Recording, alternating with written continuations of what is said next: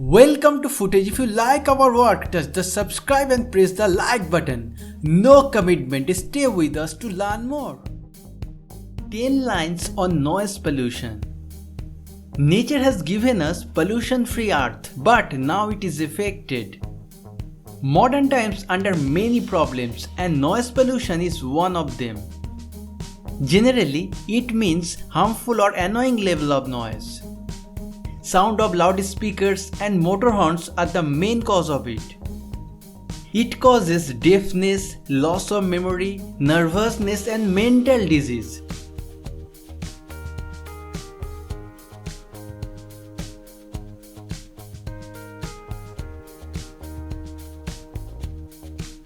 Noise not only interferes with communication but also affects the mind and health. According to WHO, sound level less than 70 dB does not damage organs. It is the high time to make immediate and sincere efforts to stop noise pollution. The government has a big role in checking noise pollution.